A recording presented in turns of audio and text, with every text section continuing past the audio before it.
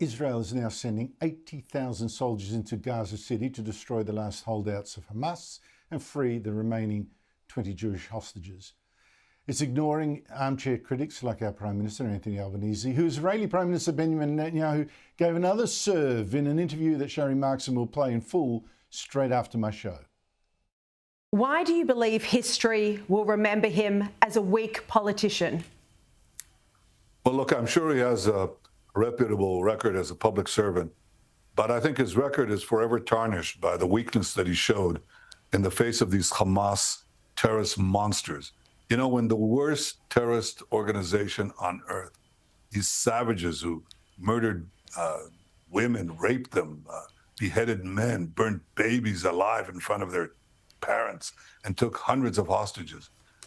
When these people congratulate the Prime Minister of Australia, you know something is wrong. You know, not enough people look at the big picture, you know, the rise and fall of empires stuff, because when you do, there's actually good news. The alliance of tyrannies, Russia, China, North Korea and Iran, that looks so dangerous, has, for now, been checked. In Ukraine, Russian President Vladimir Putin is running out of rope. I think Donald Trump is finally seeing through him and could at last drop an anvil on Putin quite soon. And that's after Putin's invasion of Ukraine turned into a catastrophe. More than 1 million Russian soldiers killed or injured, with Russia still holding only 20% of Ukraine or less. And in the Middle East, it's even more decisive. It's true, Israel suffered terrible losses when Hamas terrorists, backed by Iran, invaded it 2 years ago, massacring Jews. But since then, Israel has decimated Hamas. It has destroyed the Hezbollah terrorist army in Lebanon, also backed by Iran. And Iran itself has had its nuclear weapons program smashed by both Israel and the US. Iran's power seems for now broken. That's great. I was joined earlier by my regular military expert, 4-star General Jack Keane. Now, General Keane was the Vice Chief of Staff for the United States Army. He's now Chairman of the Institute for the Study of War. General Keane, thank you so much for joining us again. Real pleasure to have you. So many countries like ours, they're savaging Israel now. They're recognizing a Palestinian state. I mean, Israel has rarely seemed so isolated in its war against Islamist terror. But is this war against Hamas, against Hezbollah, against Iran, is it actually working out in the one metric that Israel cares about most, and that is making it safer? Yeah, I think the fact that Netanyahu is about as effective as a wartime commander I have seen in some time. And I think the reason for that is, despite all the distractions, the political and international isolation, as well as condemnation, the growing and disturbing anti-Semitism that we see in actually free democratic countries like the United States of America, despite all of that, he is focused like a laser on just what you said. He wants to end this so that there's not going to be a repeat of October the 7th, that these forces from Iran all the way down to their proxies is a mere shadow of their former self. And I think he's driven to this because of his own culpability in the failures of October the 7th. And he desperately wants to get this right for his people. And he is pursuing that despite political costs, despite personal costs, and the rest of it. And I believe his strategy is sound. And I think the only reason why Hamas now has its hand out, so to speak, willing to put forward a deal, is because the Prime Minister has put his foot down, despite some of the urging, even from his Chief of Service, General Samir, you know, that we should go easy and not conduct another campaign because it's going to endanger the hostages. Netanyahu believes only by using force at this point, because we're down to a small number of hostages. They're there to guarantee to Hamas leadership that is remaining survival. And he believes the best course of action is to put pressure on them with the threat of force and then actually with force itself. Donald Trump has this week said he could be close to getting a peace deal between Russia and Ukraine, that he rang the Russian President Vladimir Putin. Putin had agreed to talk peace with the Ukrainian President Vladimir Zelensky, although I have to say that Putin's been saying that for, 4 months or something.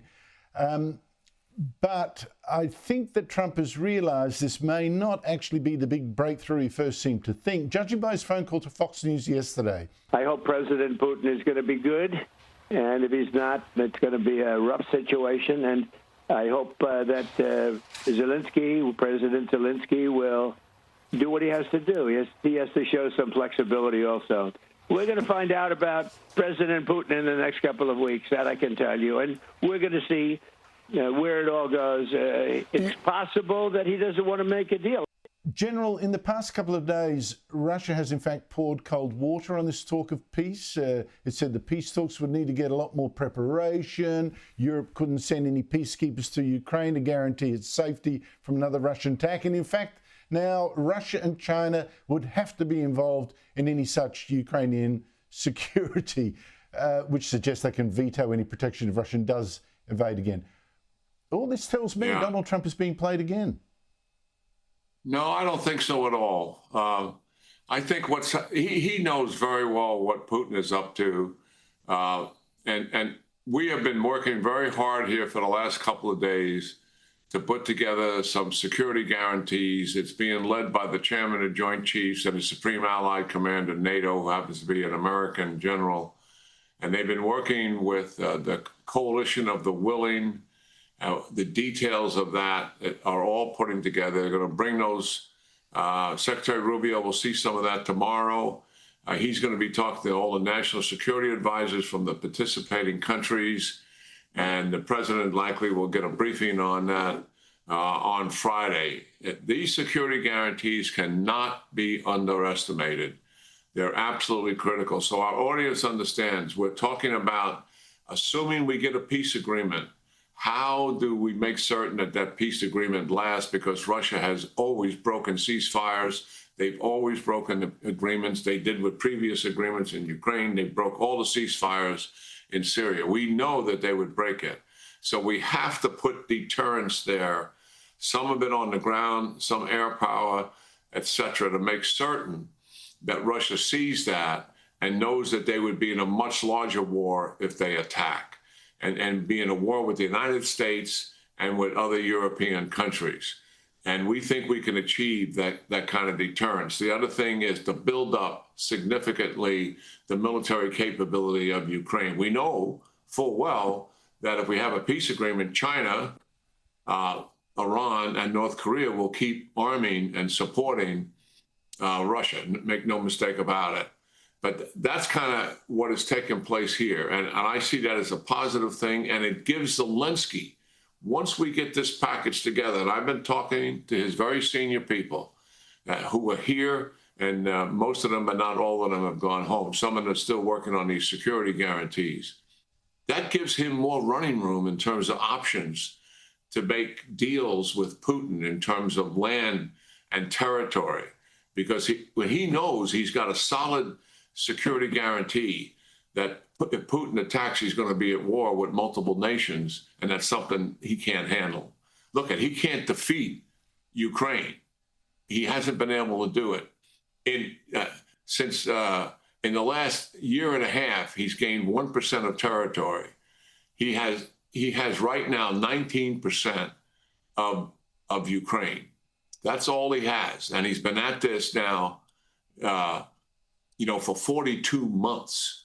He cannot take Ukraine if the United States and the Europeans and others continue to provide assistance. Not possible. We've done all the analysis on that. He can't even take this fortress belt inside Donetsk that he wants Zelensky to give to him. And that's why he wants him to give it to him, because he can't take it.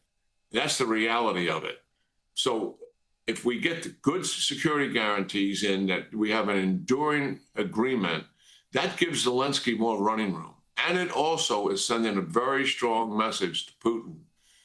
Donald Trump, the Euros, they're dead serious. Listen, these Europeans, They are all in on this, Andrew. There is no doubt about their commitment and their resolve here.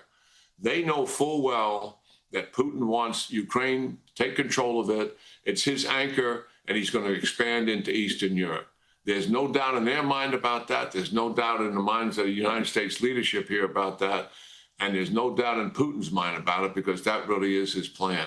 We've got to stop this in Ukraine once and for all. I hear exactly what you're saying. I take great comfort from it. My point really is that I do not believe this talk that Putin is ready for peace. That is the thing. And I just thought they should have followed through with the sanctions now to make him realize that all this drawing out of this conflict is over. But what you've said is very heartening. General Jack Keane, thank you so much indeed for your time. Yeah, great talking to you, Andrew. You and your audience. Thank you.